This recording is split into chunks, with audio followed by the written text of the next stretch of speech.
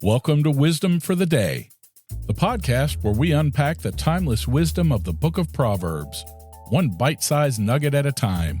Join us daily as we journey through this ancient treasure trove of insight, offering practical wisdom for modern living.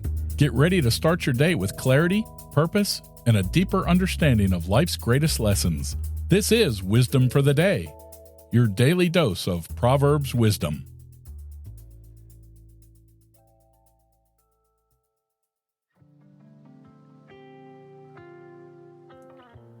Today is day 81. We are in the 8th chapter of the book of Proverbs, verses 27 through 31, from the New Living Translation. I was there when he established the heavens, when he drew the horizon on the oceans. I was there when he set upon the clouds above, when he established springs deep in the earth. I was there when he set the limits of the seas so there would not be a spread beyond their boundaries, and when he marked off the earth's foundations. I was the architect at his side. I was his constant delight, rejoicing always in his presence. And how happy I was with the world he created. How I rejoiced with the human family. Now, the poem described how God made the world. God worked carefully and he loves his people, so he prepared a beautiful home for us. Remember to compare this with Genesis 1.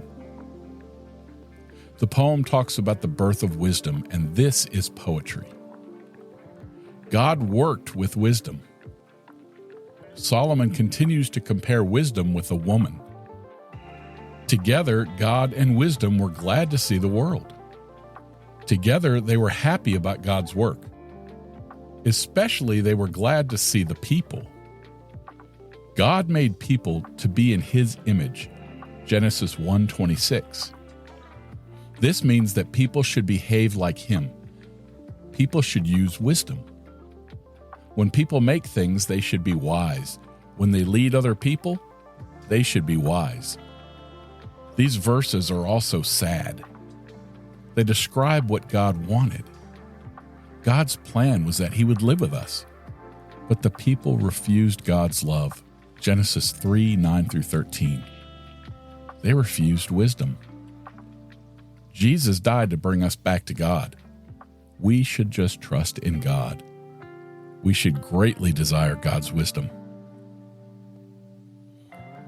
Now, these passages in Proverbs, we see that God had a good plan as he created our world. God did not make the world and then decide to add humans as an afterthought. Into creation, God made people and delighted in them. We now know that people chose unwisely and broke a good creation. But we'll explore that thought later. Before sin entered, creation was a wonderful and beautiful place. So let me ask you, why didn't God create the universe so that there'd be no sin? I believe God could have, but then we'd have been a little more than robots. Robots can mimic love, but they can't actually feel love. Well, that's all for today, but I'll be back tomorrow with more of Solomon's wise teachings.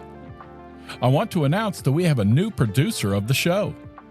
The executive producer of Wisdom for the Day is Yelena McClellan. We have an opening for another. If you're interested in becoming our next producer, drop an email to wisdom@renewedmindsets.com. If you like this show, please tell someone about it and share it with them.